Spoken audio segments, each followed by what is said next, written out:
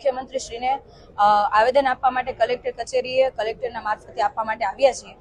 આપણને બધાને ખબર છે કે છેલ્લા 30 વર્ષથી ભારતીય જનતા પાર્ટીની સરકાર ગુજરાતની અંદર છે, પરંતુ દિલ્હીની અંદર જ્યારે ચૂંટણી આવે છે તો ત્યાં મોટી મોટી વાત કરવામાં આવે છે કે જે અત્યારે અરવિંદ કેજરીવાલ દ્વારા જે સુવિધાઓ હાલમાં અપાઈ રહી છે એમની એવી સુવિધાઓ ગુજરાત મતલબ દિલ્હીમાં ચાલુ રહેશે। ચૂંટણી આવે છે એટલા માટે, એટલે કે બહેનોને 2500 રૂપિયા દર મહિને, પ્રસ્તુતા મહિલાઓને 21,000 રૂપિયા આપવાના, વૃદ્ધોને પેન્શનો ચાલુ કરવાના। તો છેલ્લા 30 વર્ષથી ગુજરાતની અંદર સરકાર છે, તો અહીંયા કેમ કોઈ સુવિધા નહીં?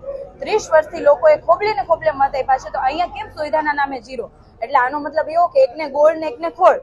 દિલ્હીમાં ચૂંટણી આવે છે તો ત્યાં વાહવાહી લૂંટવાને મત મેળવવા માટે ખાલે ખોટો મેનિફેસ્ટો બહાર પાડીને લોકોને ભોળવા માટેનું કાર્ય કરી રહ્યા છે।